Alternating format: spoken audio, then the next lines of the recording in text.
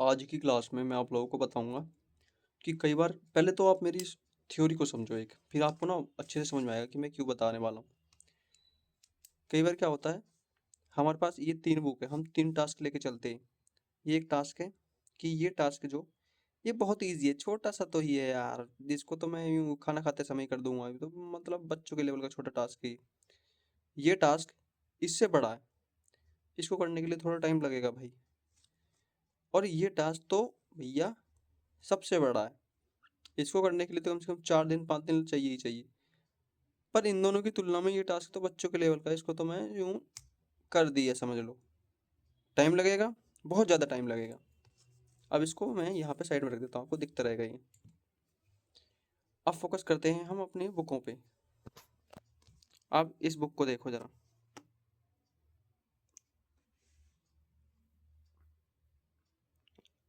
445 page है इस book के। 183, 2 पेज पीछे, यानी हाँ हाँ 180 मान लो आप।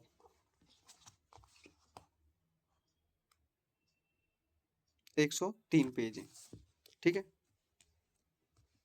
आप समझ रहे हैं इन बुक के माध्यम से मैं क्या समझाने की कोशिश कर रहा था। 400, 180 और 100। ये बुक इन बुकों की तुलना में एकदम छोटी सी, देखो इसके अंदर भी फिट होगी और इसके अंदर भी फिट होगी, एकदम पतली सी तो बुक है, ये छोटी सी बुक है। क्या है इसके अंदर, कुछ 100 पेज के अलावा है, कुछ ज़्यादा है नहीं, पतली सी, इसको तो यूँ कर देंगे। थोड़ी डिफिकल्ट है, बहुत ज़्यादा डिफिकल्ट है, मोटी भी है, इसके अंदर शब्द भी ज़्यादा होंगे, ज़्यादा पढ़ना पड़ेगा, ज़्यादा समझना पड़ेगा। इसको भी वही है, ये तो छोटे बच्चों की लेवल की। पर रियलिटी पता है क्या है,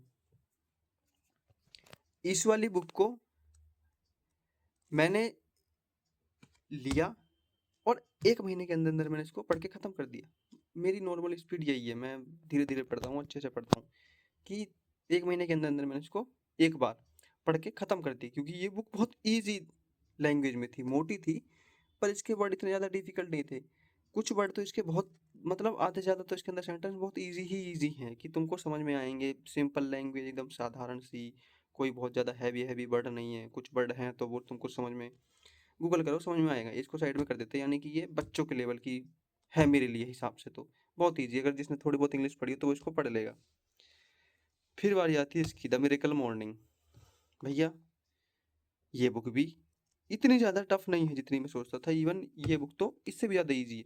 तो ये दोनों बुक बहुत ईजी हैं, थोड़ी थोड़ी मोटी है पर बुक पढ़ने लायक हैं, ईजी हैं, अच्छी हैं, समझ में आता है।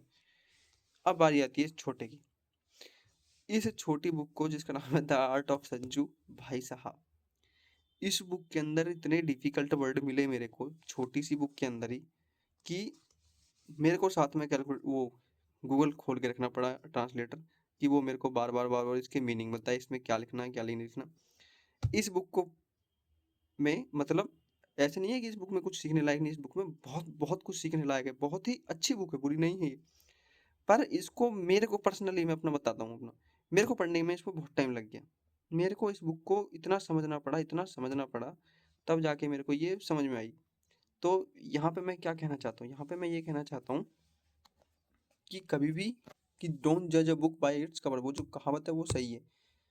कवर से भी और उसके साइज से भी मत नापो बुक को, कि अगर वो छोटी सी है तो मतलब ये नहीं कि तुम उसको रात रात पढ़ के ख़त्म कर दोगे, या उसके अंदर कुछ है ही नहीं, वो बच्चों के लेवल। भाई साहब छोटी है पर कमाल बुक है ये, इसके अंदर कुछ भी है।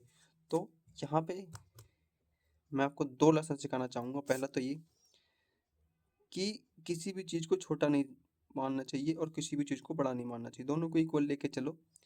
काम है, काम को काम की तरह करो, उसमें ज़्यादा टेंशन लेने की ज़रूरत नहीं। और दूसरा, हमेशा शॉर्ट और लॉन्ग, जो शॉर्ट तरीका होता है ना सक्सेस पाने का, शॉर्ट तरीका कोई भी काम करने को, उसको भूल जाओ, लॉन्ग वाले को अपनाओ। समझे? इन तीनों को ही पढ़ने में मेरे को काफ़ी समय लगा, पर इन तीनों ने ही मेरे को कुछ ना कुछ सिखा दिया कि करना क्या है, क्यों करना है, मेन मोटिव क्या है करने का। वही जब आप लॉन्ग टर्म गोल करते हो ना, तो आपको समझ में आता है हार माननी है क्यों नहीं माननी, क्यों करना है क्यों नहीं करना। जब शॉर्ट टर्म गोल करते हो तो उसमें बस कुछ समय के लिए वो काम हो जाता है, पर उसमें से आप कुछ सीखते नहीं हो। तो हमेशा लॉन्ग टर्म गोल को फॉलो करो और इस तरह की बुक को कभी अंडर एस्टिमेट मत करो। ये कमाल बुक होती हैं, धमाल होती है, एकदम बेहतरीन होती हैं ये बुकें।